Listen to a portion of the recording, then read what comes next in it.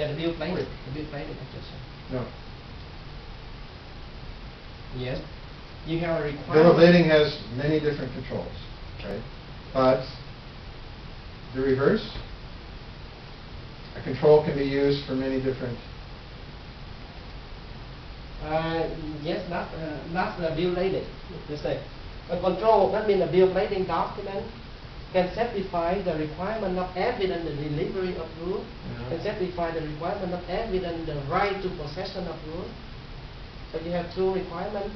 One control solution certifies two requirements. Another thing is the same. The requirement is that I try to give example for the first one. The requirement is evidence for the possession or the right to possession of goods. The requirement is there should be evidence for the right to possession of goods.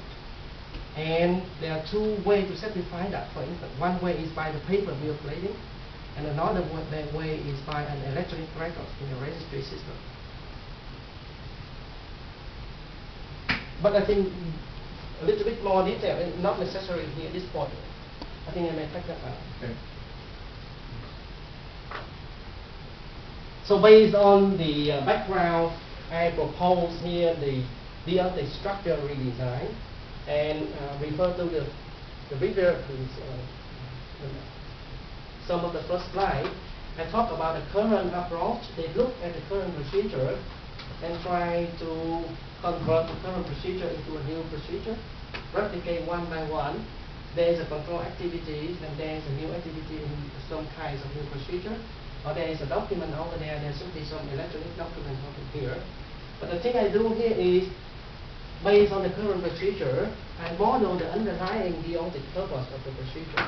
I model the rights, obligation, as well as the change of the deontic phenomena. And then, based on that, the right control requirement. What should be done, what should be implemented in a documentary procedure in order to secure the achievements of the deontic effects. And the next two steps need to be done in the complete redesign cycle. When you have a control requirement, then you need to design the control solution to certify these requirements. And after you have the control solution, you may incorporate into a procedure, like a workflow or a business process, in order to operate the transaction. So the whole deontic structure redesign includes 4 steps. The whole deontic redesign cycle includes 4 steps. And this research focuses on the first 2 steps of the redesign cycle. So the objectives of the research is to develop a formal method for deriving on control requirements against deontic fraud potentials in the deontic process. And the vision, that means the full or the complete redesign cycle, that means develop a formal method for the redesign of interorganizational procedure to streamline administrative control. I think that's such a nice word. Administrative control in business and government procedure. So the research target on the first 2 stages of the complete redesign cycle, and the vision is the whole redesign cycle. Either change it or correct the spelling. Because it's misspelled. Right. And so it's actually to consistent term. That drawing was very nice and very clear. The previous one. Yeah. Although deontic structure is a little bit ambiguous. You have, what is deontic structure? Right. You Maybe never deontic. defined it. Or Yes. Does that come? process? Is that a procedure? I don't know what you're doing. Actually, the exactly name should be deontic ways of redesign documentary procedure. Deontic ways of the design interorganizational procedure. Yeah, because actually this is misnamed. You're not redesigning the deontics. We're not designing deontic ways of redesign interorganizational procedure. Deontically based. Something based. Deontic deep structure. Deontic This structure, I don't want to raise the point and you whether it did or surface, how much it did. So well, the idea of the skeleton that we've used before is useful. The deontic skeleton Redesign? No, we're not redesigning the skeleton. I think. No, we're not. You're redesigning the controls. So a deontic-based redesign, that may be a good term. Oh, if you look at page 6, Right. 1.2. Let's see what you said. Yeah.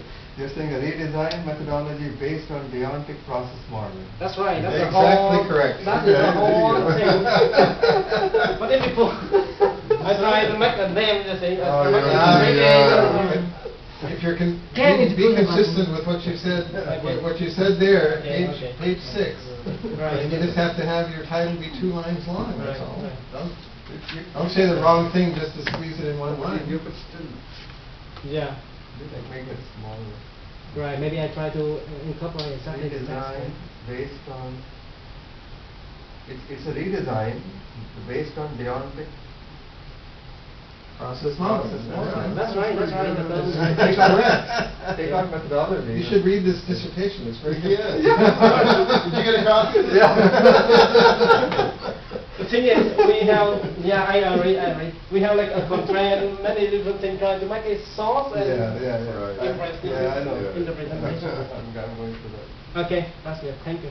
I will change the title of slide 11. Okay. Yeah.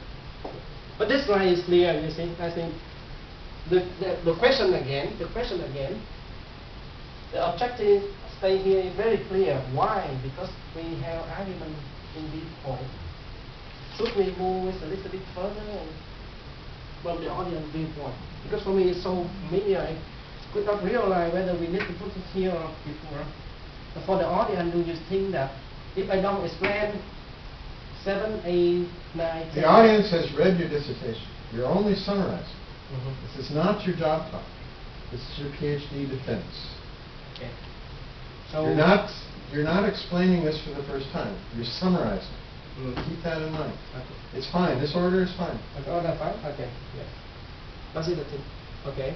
So in order to achieve that objective, I identify a number of challenges that I need to do and sketch an overall approach to order to achieve the objective.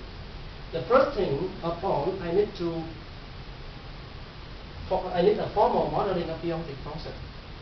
For the formal analysis, we need to represent the deontic process in certain formalism, rather than just say there is an obligation, there is a right or something. We need to specify is a formal form. The second thing is we need to identify principles for deriving control requirement. Historical method apply principles from accounting and auditing. These are the kinds of rule of thumb. The thing we do here, we look at the structure of the deontic process and analyze potential inconsistency between the deontic process and documentary procedure, and to derive general principle for generating control requirement. And the third one is a formal specification of the principle. We define the principle and then we specify in some formal language.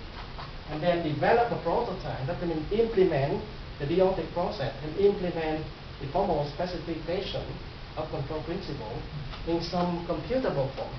So this is the overall approach for achieving the objective. The deontic process model in a formal language and certain domain information like the Dutch relationship between the party and so forth. These two together becomes a state transition system. That means there is a certain state, you have an obligation. The transition, I mean, after you do something, you may fulfill the obligation or violate the obligation. So the transition represents change in the deontic state. So these two together establish what's so-called the state transition system M. And then the control rule is specified in this form.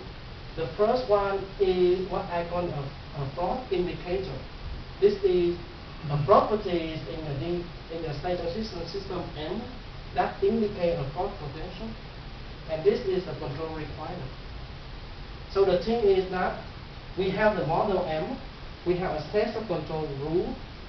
Then we need to develop a program or an algorithm that will historically design on possible computational path of the state transition system M to detect whether the fraud indicators satisfies or not.